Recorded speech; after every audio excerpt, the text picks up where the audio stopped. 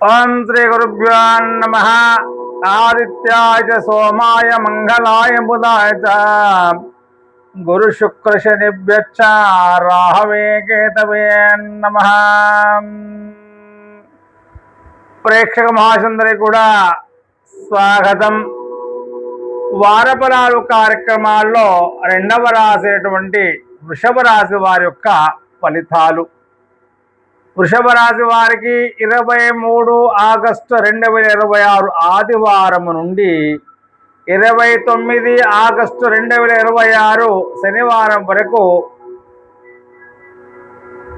వృషభ రాశి వారికి గ్రహచారం ఎలా ఉన్నది, ఉద్యోగం వ్యాపార విషయంలో ధనం, ప్రేమ, కుటుంబము, అదేవిధంగా ఆరోగ్యము మరియు పరిహారాలు ఇప్పుడు తెలుసుకుందాము.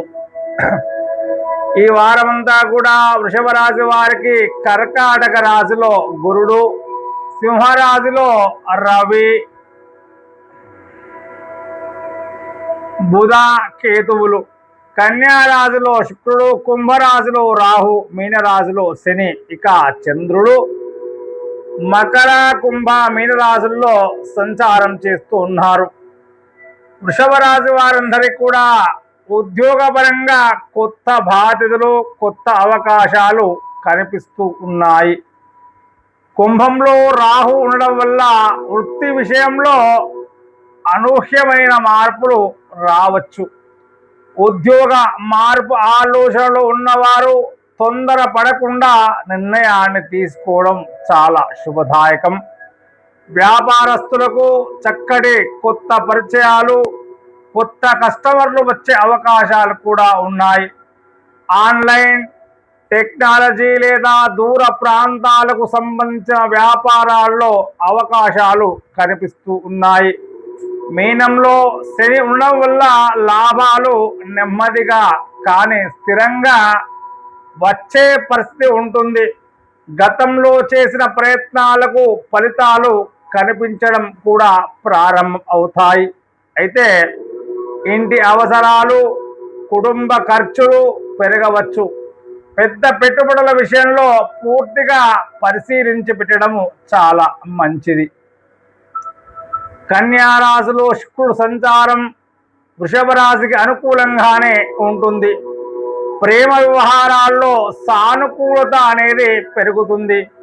ప్రేమలో ఉన్నవారికి మంచి వార్త వినే అవకాశం కూడా కనిపిస్తూ ఉన్నది. వివాహ ప్రయత్నాలు చేస్తున్న వారికి మంచి సంబంధాలు కుదిరే అవకాశాలు కూడా ఉన్నాయి. అయితే కుటుంబ సభ్యుల అభిప్రాయాన్ని కూడా పరిగణలోకి తీసుకోవడం చాలా శుభదాయకం. సింహరాశిలో రవి, బుధ, కేతువుల ప్రభావంతో ఇంటి విషయాల్లో కొంత అసహనం లేదా చిన్నపాటి మాట పట్టింపులు రావచ్చు. ముఖ్యంగా తల్లి గారి యొక్క ఆరోగ్యాన్ని, ఇంటి వ్యవహారాల విషయంలో చాలా జాగ్రత్తగా ఉండడము చాలా శుభదాయకము. కోపంతో మాట్లాడకుండా ఓపికతో వ్యవహరించడం ఈ వారమంతా కూడా చాలా ముఖ్యము. వృషభరాశి మిత్రులారా, ఆరోగ్య విషయంలో సాధారణంగానే ఉంటుంది.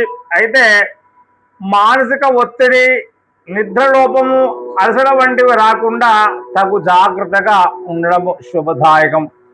సమయానికి ఆహారం, తగినంత విశ్రాంతి తీసుకోవాలి. వృషభ రాశి వారికి ఈ వారమంతా కూడా మహాలక్ష్మి అమ్మవారిని పూజించడము చాలా శుభదాయకము. శ్రీ మహాలక్ష్మినే నమః అనే మంత్రాన్ని వీలైనన్ని సార్లు మీరు జపించాలి. అలాగే శనివారం రోజున నల్ల నువ్వులు లేదా అన్నదానం కూడా చేయడము చాలా శుభదాయకంగా ఉంటుంది. సాధ్యమైతే శివాలయంలో చక్కగా అభిషేక పూజా కార్యక్రమాలు కూడా చేయించుకోవడం. మొత్తం మీద చూస్తే వృషభ రాశి వారికి వారమంతా కూడా ఉద్యోగ, వ్యాపారం మరియు లాభాల విషయంలో మంచి అవకాశాలు ఉన్నాయి. కుటుంబ విషయాల్లో మాత్రం తొందరపడకుండా నిర్ణయాలు తీసుకోవడం చాలా మంచిది. ఓపికగా ముందుకు సాగితే ఈ వారమంతా కూడా అనుకూలమైన ఫలితాలు పొందవచ్చు. సర్వే జనా సుఖినో భవంతు, సమస్త సన్మంగళాని భవంతు. ఓం శాంతి.